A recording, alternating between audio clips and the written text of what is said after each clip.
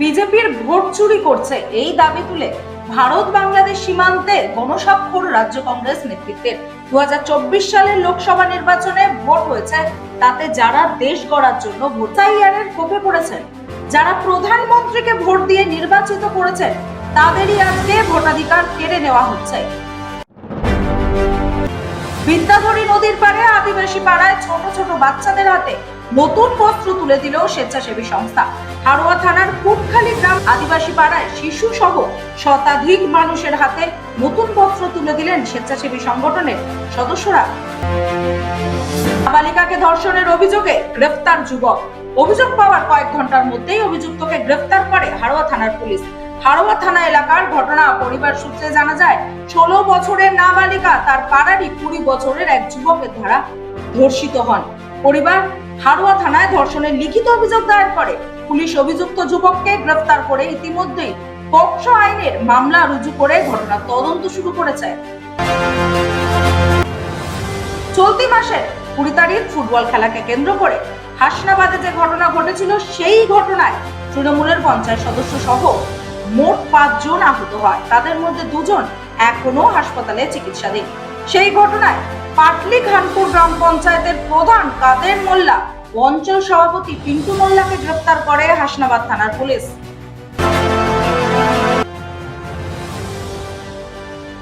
উচ্চ মাধ্যমিকের শেষ দিনে জীববিদ্যার প্রশ্নপত্রে ভুল, বিপত্তিতে পরীক্ষার্থীরা। পরীক্ষার শেষ দিনে জীববিদ্যার প্রশ্নে ভুল। এদিন বায়োলজিক্যাল সায়েন্স, রাষ্ট্রবিজ্ঞান ছিল। অভিযোগ ওঠে বায়োলজিক্যাল সায়েন্সের প্রশ্নপত্রে ভুল রয়েছে। প্রশ্নপত্রে ভুল থাকলে পরীক্ষার্থীদের চেষ্টার ভিত্তিতে পুরো নম্বর দেওয়া হবে, আশ্বাস দেন উচ্চ মাধ্যমিক শিক্ষা পর্ষদের সভাপতি চিরঞ্জীব ভট্টাচার্য। স্বরূপনগর থানার পুলিশ ও বিএসএফ পৃথকভাবে অভিযানে গ্রেফতার করে 3 বাংলাদেশিকে। জানা যায়, গতকাল তারালি সীমান্ত এলাকা থেকে 11টি বিভিন্ন ব্র্যান্ডের মোবাইল সহ এক পাচারকারীকে আটক করে বিএসএফ। অন্যদিকে গোপন সূত্রে খবর পেয়ে স্বরূপনগর থানার পুলিশ হাকিমপুর মাঠপাড়া সংলগ্ন এলাকা থেকে এক দালাল সহ এক বাংলাদেশিকে গ্রেফতার করে।